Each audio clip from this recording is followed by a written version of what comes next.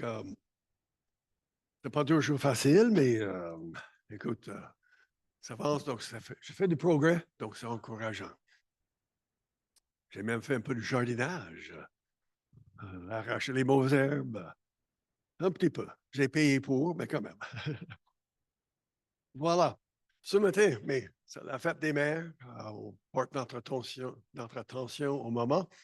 Et donc, je pensais prendre maman de la Bible. Et bien sûr, Marie, la mère de Jésus, comme exemple pour nous. Et le titre, c'est Marie, femme ordinaire avec une foi ordinaire. Et nous allons continuer vers la lecture biblique dans l'Évangile de Luc, chapitre 1. Nous lisons ceci. Alors, Dieu envoie l'ange Gabriel dans une ville de Galilée appelée Nazareth, chez une jeune fille liée par fiançailles à un homme nommé Joseph, un descendant de David. Cette jeune fille s'appelait Marie. L'ange entra chez elle et lui dit, réjouis-toi, toi à qui Dieu a accordé sa faveur. Le Seigneur est avec toi. Marie fut profondément troublée par ces paroles. Oui, le Seigneur dit, réjouis-toi et t'es troublé. Elle se demandait ce qui signifiait cette salutation. Et l'ange lui dit alors, n'aie pas peur, Marie, car Dieu t'a accordé sa faveur. Voici bientôt tu seras enceinte et tu mettras au monde un fils.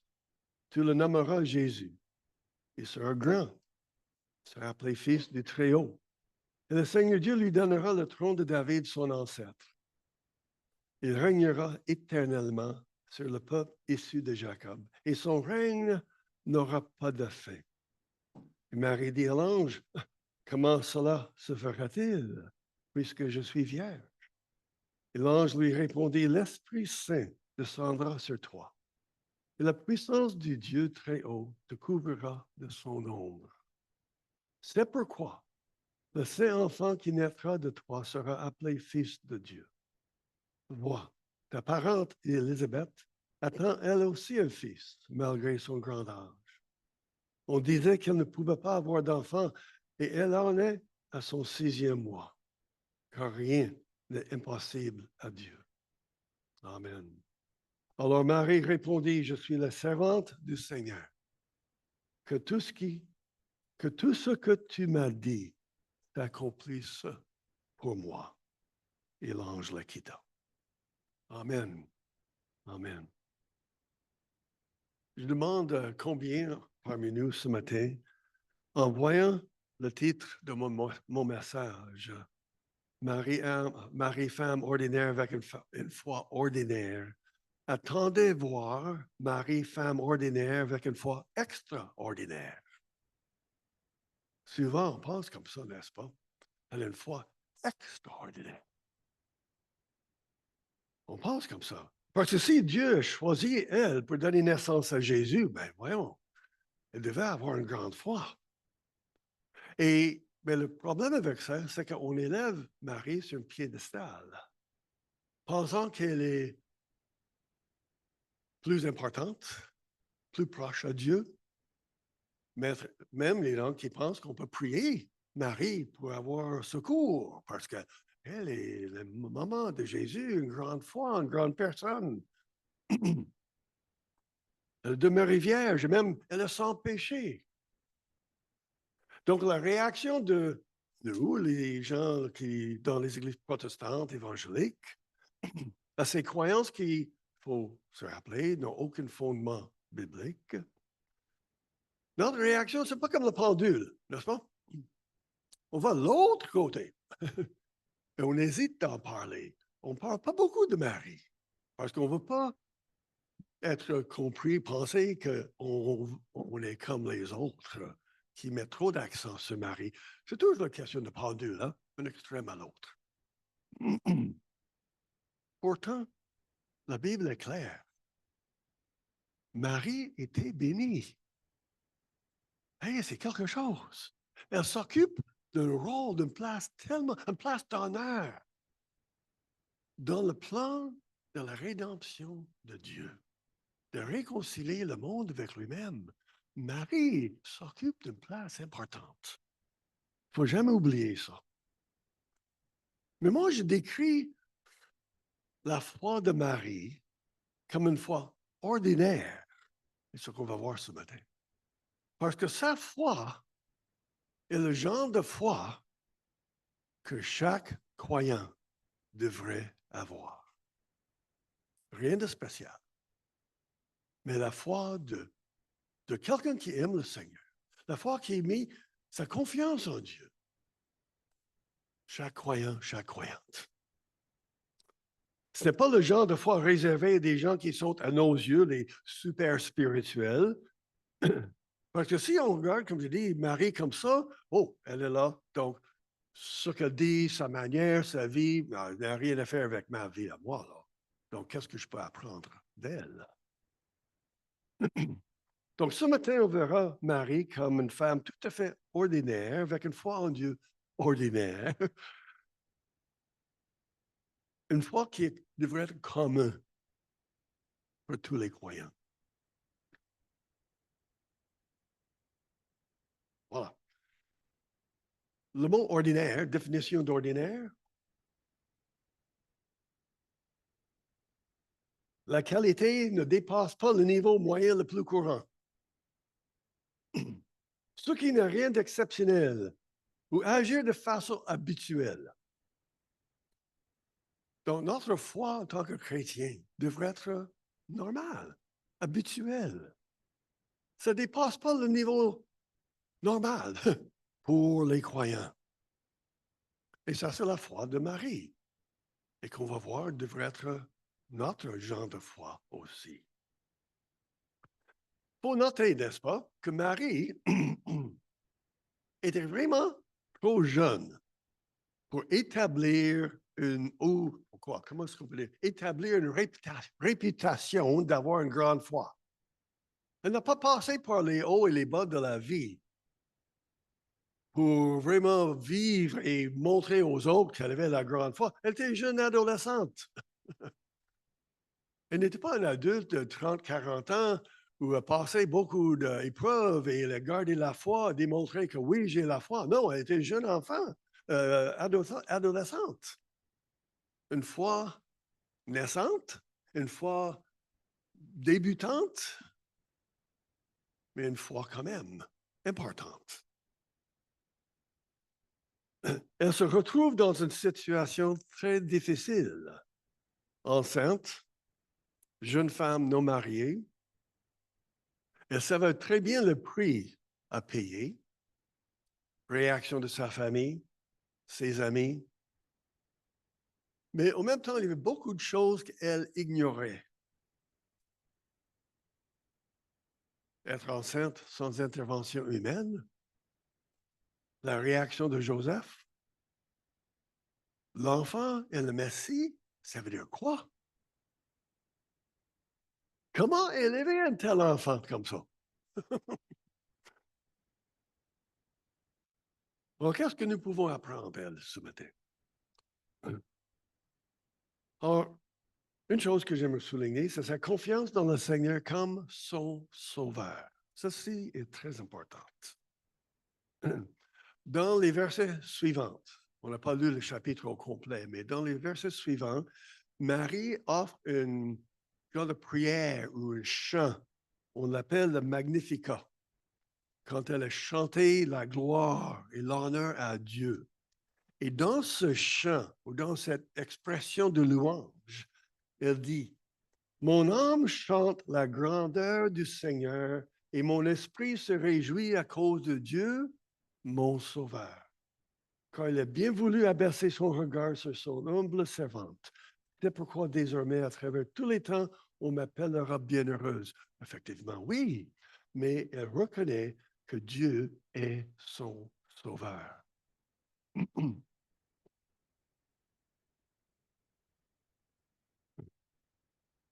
Marie n'était pas sans péché, comme certaines églises enseignent. Elle s'est humiliée devant Dieu, reconnaissant son besoin d'un sauveur. Et ce qu'on voit en Romains chapitre 3, n'est-ce pas? Tous sont privés Voilà. Tous sont privés de la gloire de Dieu.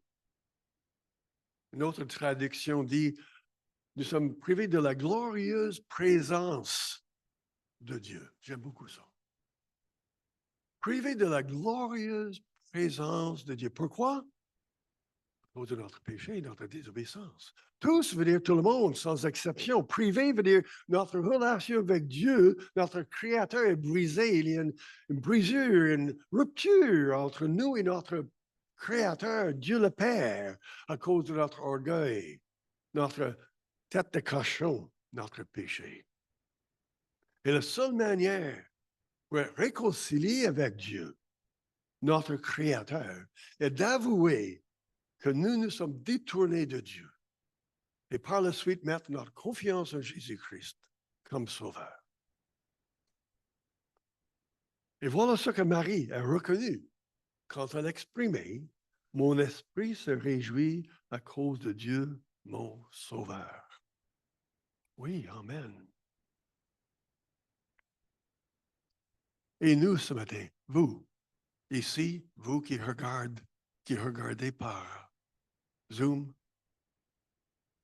est-ce que vous reconnaissez qu'à cause de votre orgueil, votre péché, votre désobéissance, vous êtes séparés de Dieu, de sa glorieuse présence, et que vous avez besoin de Sauveur?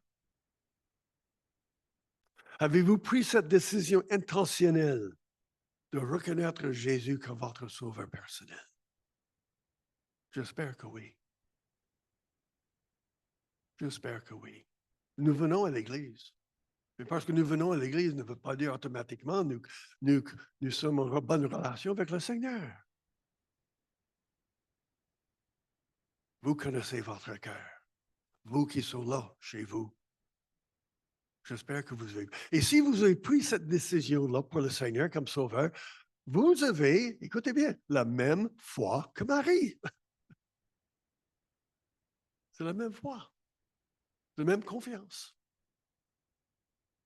Et si vous n'avez pas pris cette décision pour Jésus, pourquoi pas? Qu'est-ce qui vous empêche?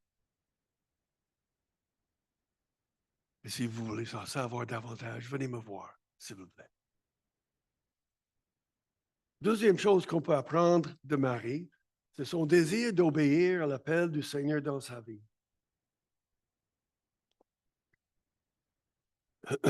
Son désir de dire oui au Seigneur, sans tout savoir. Je suis la servante du Seigneur, que tout ce que tu m'as dit s'accomplisse pour moi. Me voilà. Me voilà, Seigneur, que ta volonté soit faite. Je suis disponible. Je dis oui. Sans tout savoir, sans tout savoir, elle a dit oui. Elle a pris la décision de dire oui en pleine reconnaissance des conséquences. Comme je dis, la réputation, rejet de sa famille, incompréhension. Qui allait croire son histoire?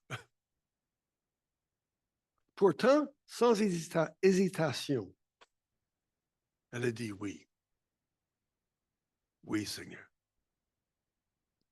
Et cette réponse de Marie, je suis la servante du Seigneur, que tout ce que tu m'as dit s'accomplisse pour moi, devrait être la réponse de chaque croyant, chaque croyante, en tout temps. Le même vouloir, le même désir, cette réponse automatique et naturelle du croyant. Oui, Seigneur. Et voilà pourquoi j'appelle Marie une femme ordinaire avec une foi ordinaire, normale.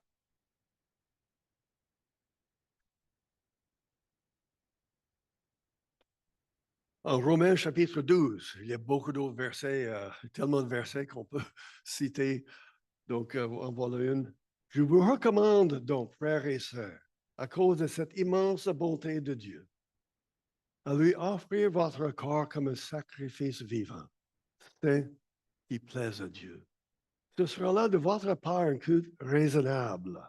Et moi, j'ai souligné les mots raisonnable ici. Ce n'est pas dans le texte, mais c'est moi qui l'ai fait. Ne prenez pas comme modèle le monde actuel, mais soyez transformés par le renouvellement de votre intelligence pour pouvoir discerner la volonté de Dieu, ce qui est bon, ce qui lui plaît, ce qui est parfait.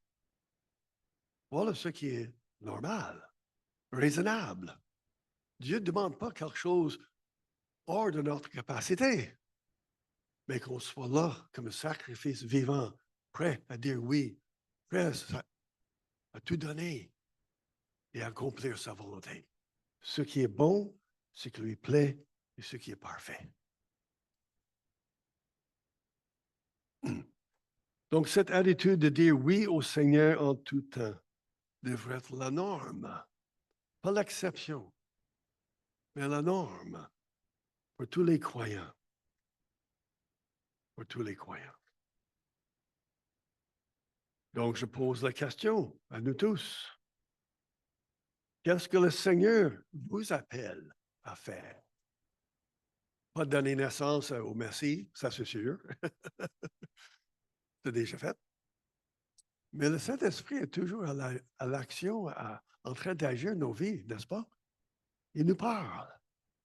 Comme à travers l'ange, il a parlé à Marie, mais la présence du Saint-Esprit, son ministère, c'est quoi? De nous convaincre du jugement, de nous enseigner, éclairer, nous guider, nous aider à discerner sa volonté, à vivre selon à l'image de Christ. Donc, il est là présent en nous tout le temps. Donc, est-ce que je suis prêt? Sommes-nous prêts à dire oui, obéir? Quand il nous demande de pardonner à quelqu'un qui nous a offensés, qui nous a blessés. Sommes-nous prêts à dire oui? Sommes-nous prêts à faire les pas nécessaires? Faire les premiers pas pour établir une relation qui est présentement brisée avec quelqu'un. Ah non, j'ai fait mon effort, c'est à lui, c'est à elle. Le Saint-Esprit nous parle, peut-être. Poser un geste.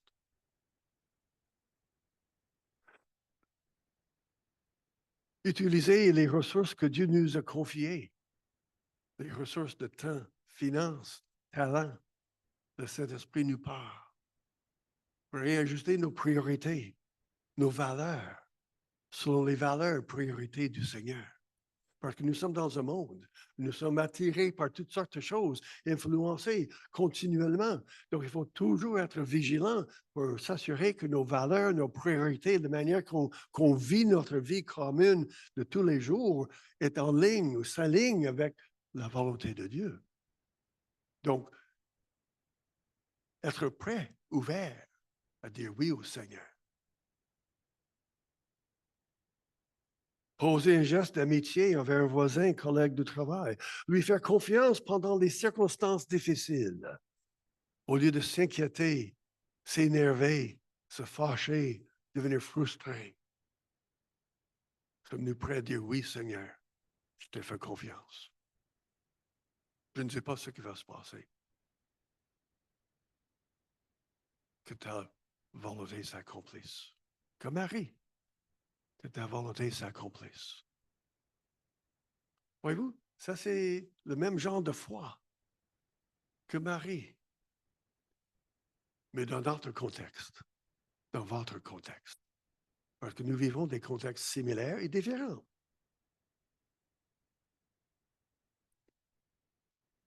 Le troisième, la confiance de Marie en attendant la réponse de Dieu. La patience.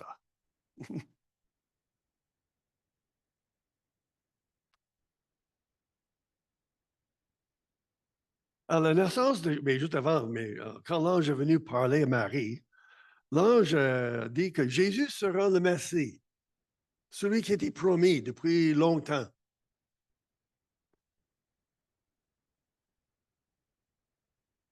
Nous lisons dans l'évangile de Luc, n'est-ce pas? Nous lisons chapitre 1, c'est l'ange vient pour parler à Marie, annoncer qu'elle sera enceinte.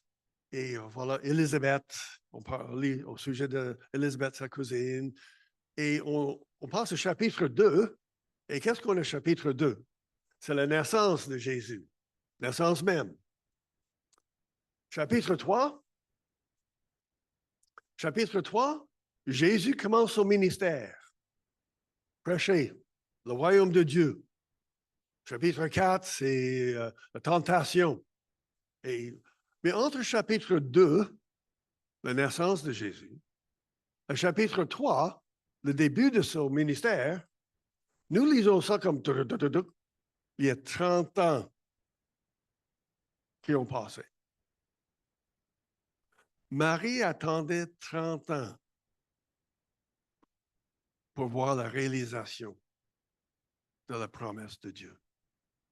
On oublie ça souvent, n'est-ce pas? 30 ans.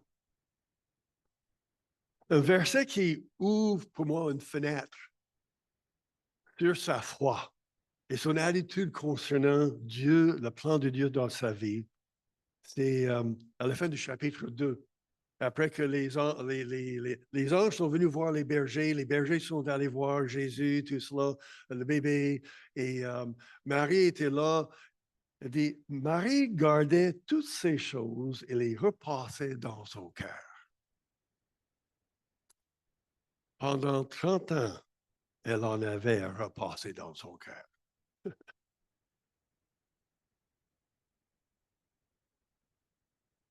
Et je suis convaincu que sa compréhension initiale de la volonté de Dieu, quand l'ange est venu, elle n'attendait pas ça. Donc, l'ange annonce quelque chose. Sa compréhension de la volonté de Dieu, ce moment-là, était pas mal différente de ce qui est arrivé finalement. Écoutez, après la naissance, ils sont allés en voyage en Égypte. Oups. Voyage en Égypte. Mais Jésus est le Messie des Juifs. Pourquoi est-ce qu'on est dans un pays étranger? Qu'est-ce qu'on fait là? Donc, il retourne à Nazareth. OK. On est au moins chez nous. On est de retour. Jésus est bébé. OK, je peux attendre. On va voir ce qui va se passer. Rendu adulte, peut-être pensé, maintenant, Jésus va commencer à manifester, faire quelque chose. Il est le Messie, n'est-ce pas? Mais non, il devient un charpentier comme son père. Et les années passent. Une année après une autre, après une autre. Finalement, autour de l'âge de 30 ans, Jésus commence son ministère. Et là, voilà avec les autres disciples, en attendant que Jésus établisse son règne pour libérer le peuple d'Israël des Romains et que la nation d'Israël soit rétablie comme dans le temps de David. Comme les autres disciples, ce qu'ils attendaient. Puis le tout se termine par sa mort.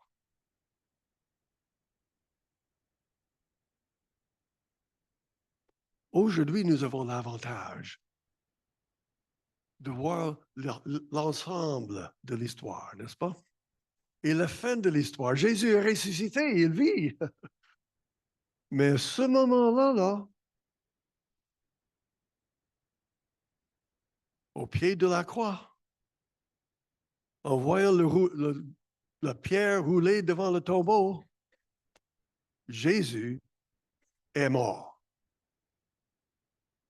Le Messie. La fin.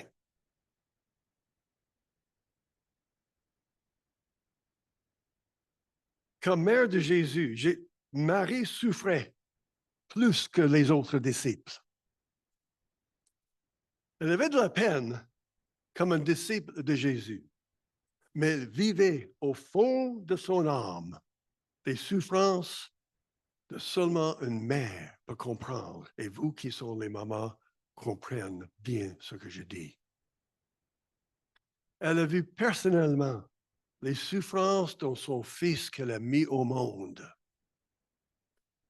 Une souffrance horrible, cruelle, inhumaine, qui terminait avec sa mort sur la croix. Imaginez toutes les questions. qui tournait dans son cœur. Au milieu de ses larmes, de sa peine, de sa douleur. Où es-tu, Dieu? Où sont tes promesses? J'attendais toutes ces années. J'ai prié, je t'ai fait confiance. Et ça termine comme ça?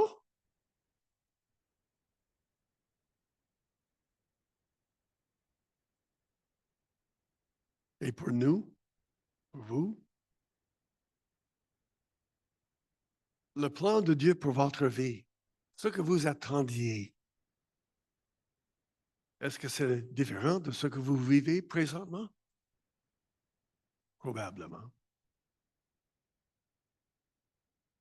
Vous avez des questions sur ce que Dieu est en train de faire dans votre vie de famille, dans ce monde.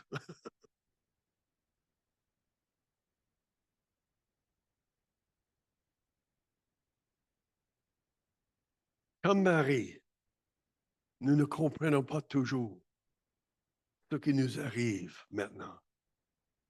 Et c'est sûr, nous ne connaissons pas ce qui va nous arriver demain. Mais comme Marie, nous devons continuer à lui faire confiance en attendant la réalisation de sa promesse et de ses promesses, parce qu'il est fidèle. On ne sait pas ce qui se passe, mais Dieu sait ce qu'il fait. Et ça, c'est la foi de Marie. Une foi normale. C'est la même foi pour nous, dans nos contextes, dans nos vies quotidiennes. Voyez-vous, la foi n'est pas un concept vague, difficile à définir ou voir. La foi de quelqu'un se voit ou se révèle par ses actions, ses paroles. C'est évident par ses décisions, son style de vie, ses paroles. Et c'est la même chose pour Marie. Sa foi brillait à travers ses mots, ses actions, les décisions qu'elle a prises. Et quand on pense à Marie, on pense souvent à une femme de grande foi, extraordinaire. Mais en réalité, sa foi était une foi ordinaire, normale. Sa fidélité dans le Seigneur, une foi que nous devons avoir aussi. Comme Marie, nous tous avons besoin d'un sauveur. Nous devons tous répondre à l'appel de Dieu en disant oui, je suis là, prêt à obéir. Et comme Marie, nous aurons des moments de doute, des moments difficiles, des questionnements, mais nous devrions continuer à lui faire confiance. Et je termine avec cette citation d'un livre écrit par Les Leçons de Marie, écrit par Gaston Racine. Marie a mis au monde son fils, non pour que l'on parle d'elle, mais toujours de lui. Non pour qu'on regarde à elle, mais toujours à lui. Et non pour qu'on l'aime elle, mais toujours lui. Amen. Que le Seigneur vous bénisse. Prenons juste quelques moments de réflexion et prière personnelle. Nous allons, avant de terminer, avec un dernier chant. Et je vais clôturer moi-même la prière.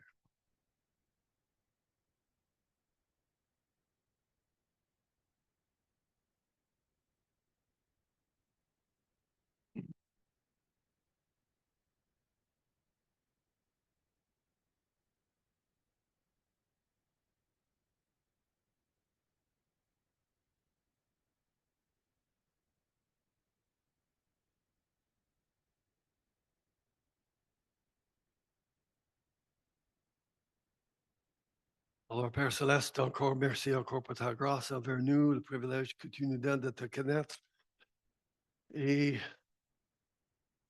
être à ton écoute à l'œuvre du Saint-Esprit dans nos vies. Ô Seigneur Dieu, continue de nous parler, nous guider, nous éclairer, qu'on puisse grandir dans notre confiance et foi en toi. de tous les jours. Au nom de Jésus. Amen. OK, Judith, dernier chant.